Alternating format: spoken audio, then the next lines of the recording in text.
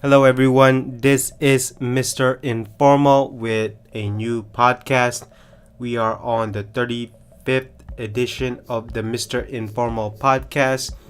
It's certainly a full of topic podcast for today. I hope you are having a great weekend.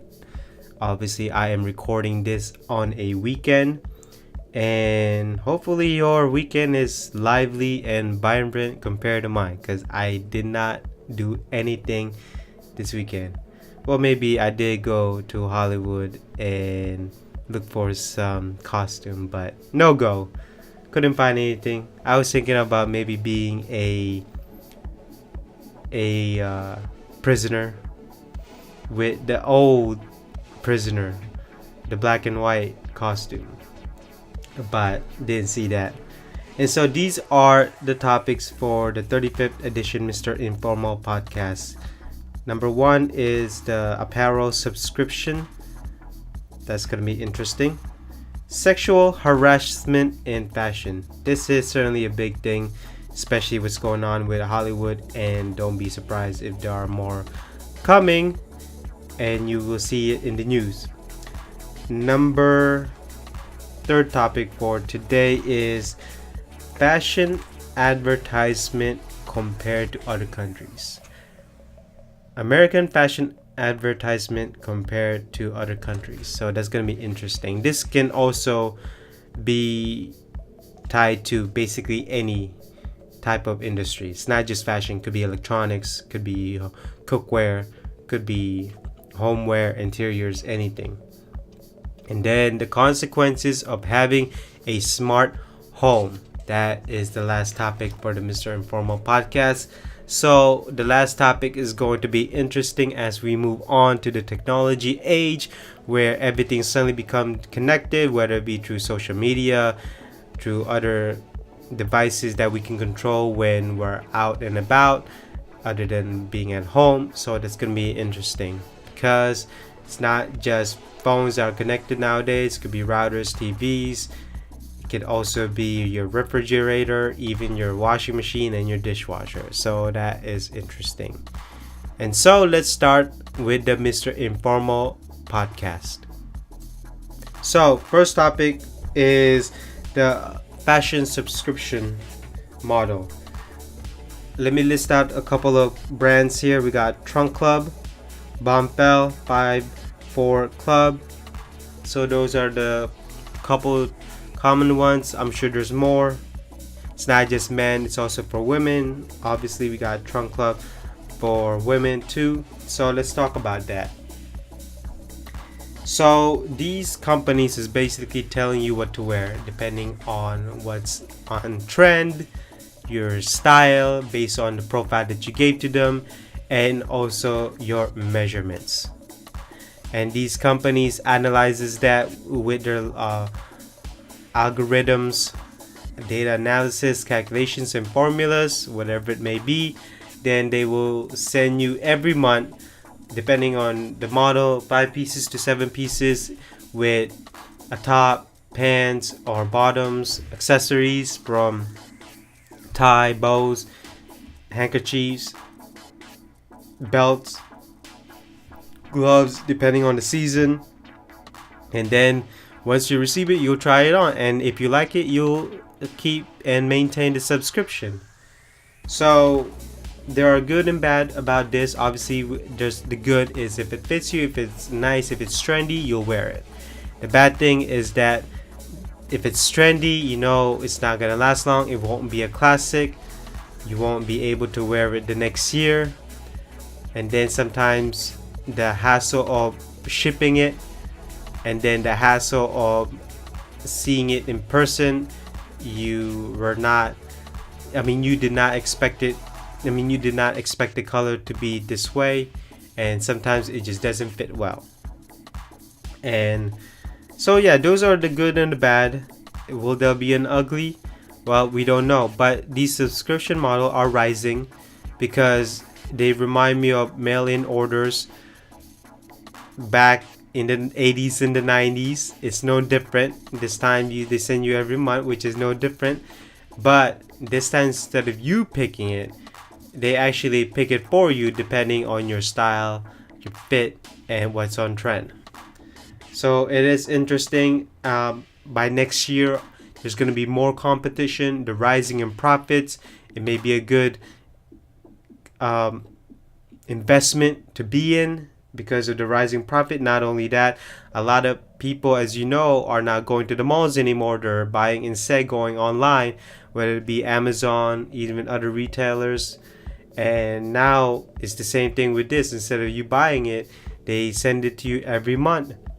And again, this is good and the bad, but you have to take in consideration that if you are going to be applying for this model, you have to think, does this model fit for me? Do I see myself as a trendy person, as a classical person, a minimalism person, as a person who likes to have something sent to me new, so maybe I could be ahead of the trend? So you have to think about this. Not only that, depending on the cost, can you see yourself being able to afford this subscription model every month?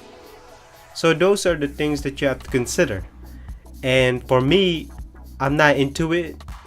Maybe someday I'll be into it, but I prefer going to the store and wearing it, checking it out, get a feel of it.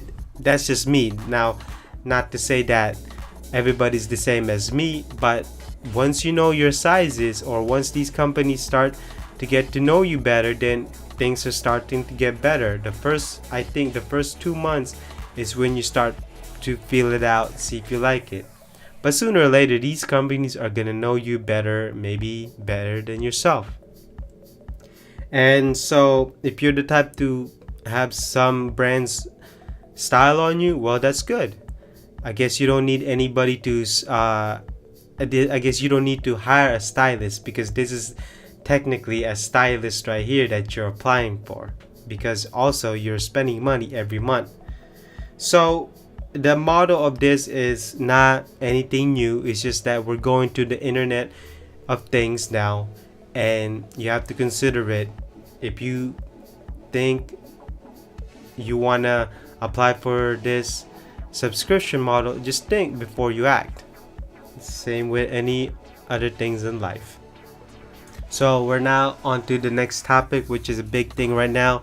I'm sure you've heard, whether it be on the news, whether it be social media, Harvey Weinstein is being sued for sexual harassment in Hollywood. The Weinstein family is pretty big in Hollywood. They are a very powerful, well-connected family. And so sexual harassment in fashion is nothing new. Recently, Terry Richardson, a famous photographer, has been banned from Vogue and GQ from taking photography or doing work for them, which is, I think, should have done a long time ago. And if you've seen Terry Richardson's work, I'm sure you've seen the sexually explicit acts that he has committed in his photography session. And I don't even know why it took this long. I'm not even a fan of the man. All he takes pictures in front of you, overexpose it, black and white, and then boom. I really don't get it. I absolutely do not get it. But in general, let me talk about sexual harassment in fashion. Okay, I've heard of these things. I've seen these things, even at work.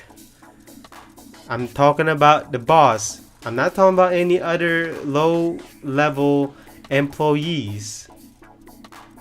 I'm talking about the boss and its workers, okay? I've seen this happen, and it's nothing new and has been reported too. And I'm sure we've heard reports with previously Dobb of previous CEO of American Apparel has been sued for sexual harassment, obviously settled in different type of lawsuits. And we've heard stories, and again, sexual harassment is nothing new in fashion, because I'm going to tell you why. 1, people are trying to get work. 2, there's a lot of women in fashion. So if your CEO is a male, there's going to be a lot of sexual, explicit, verbal communication that women might feel that it's okay because he's the boss and they're afraid to be fired. And then 3, you got sexual harassment during the photo shoot. That's not new. Number 3 is that if you want to get into fashion show, or if you want to have different connection, you might have to do sexual favors with these CEOs just to get to the point where you want to be. And I truly hope that they clean this up. Now, for me, have I been harassed myself? No. Maybe it's just me being a male. Now, I have spoke about certain sexual preference at work, but I keep it. I rarely talk about it because I always try to follow the company policy. And being surrounded by so many women, you got to be careful what you say. A lot of these women like to talk about the relationship, their boyfriends, all of that, and you just have to listen, and you don't want to say certain things. And one thing that I truly want to see is women who are a victim of this or about to be a victim, is that you got to act.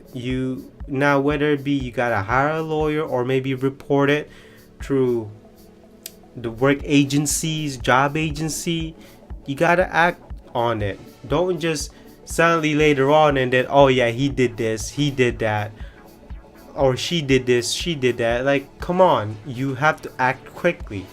People are just not gonna believe you a couple of years later and say, oh, wait a minute, this happened. Now that's this person is being sued. Now you wanna confront that person. It's absolutely ridiculous.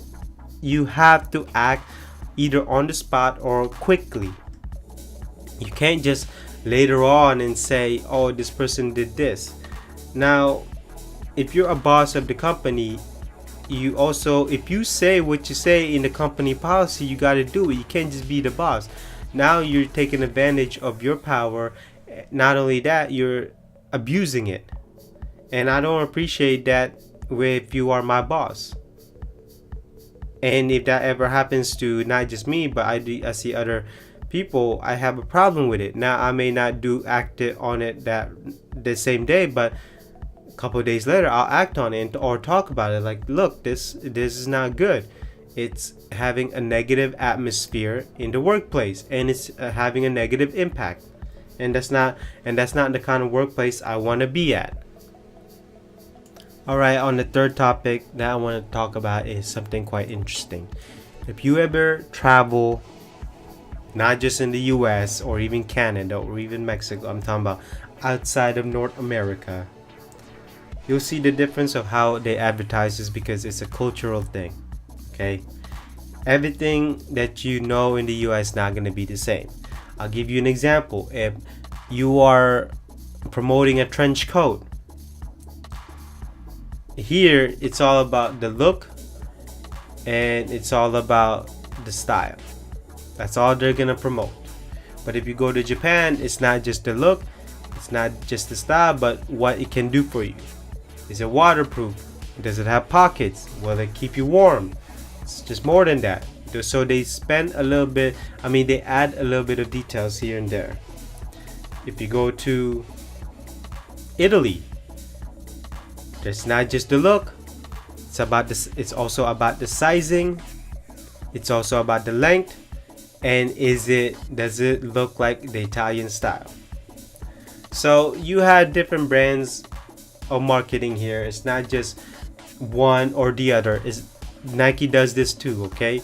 When they sell a t-shirt, in here it's more of a relaxed fit, but when you go to Europe, it's a tighter fit shirt, even though they're the same design, but the fit is different because it's a cultural thing. Over in Europe, they prefer more fitted. They like more stylish type style. In here, they don't really care. Shows you how much American style is. I can tell you this right now, that compared to other countries, Americans are not stylish as you think. So a lot of these brands brands in different countries do market their product differently. Let's take, for example, Samsung. Okay, so here when you buy a Samsung Galaxy S8, You get it with a package, you get a battery, the phone, you get all types of manuals, and then that's it. But if you go to Korea, you get the phone, you get 2 batteries, and then you got a battery cradle, and then you got the instruction manual, you got the SIM injection, and then that's it. So you get more buying in Korea than you get more here in the US. That's absolutely ridiculous, right? And then I think they also spend more money in advertisement over there. You get to see billboards. They basically take over the whole block or the whole city. And then same thing with Japan, and then even in Europe, again, they do a lot of marketing differently. Now, the product is the same, the marketing is different, but they add more details here and there compared to the US. And why is that? Honestly, I don't even know. Why is it that the marketers in different countries tend to add more details compared to here in the US? Do the American consumers not care about these details? I certainly do. I'm sure other people want to. And why is it that it's always the general information? Why do we want things to be so simple that even the dumbest person understands it? I don't get it. Do we want to make everything idiot proof here? If I see, we see the infomercials. Now, infomercials are quite helpful because they get to tell you every little details here and there. But when you get to see a phone commercial or even a car commercial, why does it have to be so simple? Why can I know about the car? What the car can do, such as, can it do 4x4? Is it on the hill? Is it on the mountain? Does it have low range? Does it have high range? 4-wheel drive that can save you when turning, even when you're fast. Certain details like that is something I want to know. Convince me to buy this product. What does this product have? And that's what's lacking in the American commercials nowadays. All we want to see is the glitz and glamours. We just see, how pretty it is, I'm gonna get it. I want to see more details, such as what they do in different countries. And it's not fair that these brands are spending more marketing over there compared to here. We're basically the #1 consumer of the world, and somehow we do not get the highest quality of advertisement. And that's concerning. As you can tell, they absolutely don't care about this. They care more about different countries than us, even though we're the #1 consumers. And so, will it ever change? No, it's gonna be the same. I think the American consumer are probably not the most prioritized in the marketing department. I doubt it is. And I truly hope that the future of advertisement or marketers will be bright, but it looks like it won't be, because it's always been the same. Nothing has changed. Alright, as for the last topic on this podcast is the rising technology of smart home. Smart home, whether it be your Nest thermostat, your connected refrigerator, your connected washing machine and dryer, Internet of Things, even your dishwasher, your camera and your security, even your Honeywell thermostat is all connected, coffee machine, so and so. Am I a fan of this? No. Do I see an advantage of this? Yes. But the consequences of this is higher than...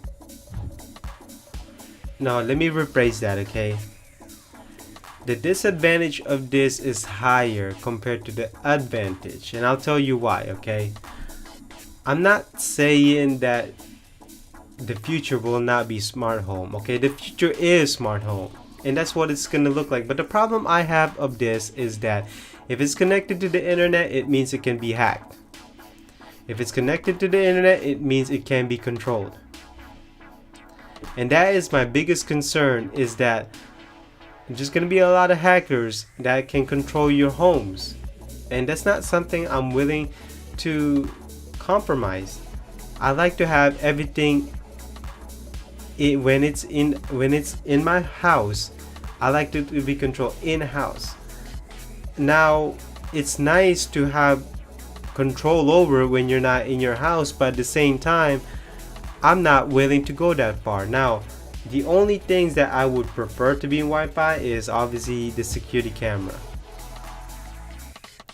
But dishwasher, refrigerator, washing machine, coffee machine, there's no point.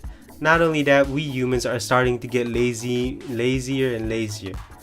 And we need to finally do work here. Now, I'm not saying that, you should ditch out smart home. No, I think there are certain things in your house that should be controlled when you're not outside. Again, that could be the security. You want to know what's going on. And then 2, you want to check out the thermostat. So by the time you get home, your house could be cooled or it could be warm. But the washing machine, dishwasher, refrigerator, I don't want any computer chips in those appliances. Because once they go out, now you're going to have to replace the whole fridge. And I'm not going to send a big, huge refrigerator. No way. It reminds me of that one Simpson episode when Pierce Brosnan was actually doing the voiceover of the Simpsons smart home, the robot, privacy is basically gone. No way.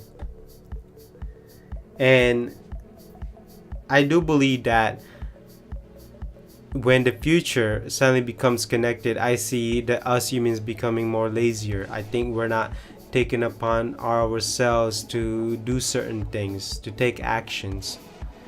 And I'm not willing to do that. I'm not willing to give up my privacy. I'm not willing to have hackers hack the house. I'm not willing to have everything to be connected to the internet because I like my privacy. When I go home, I just want to go home knowing that no one's watching me. I'm not being controlled by anything. Now, for me, I do have a security camera that is connected to the Wi-Fi, but that's it.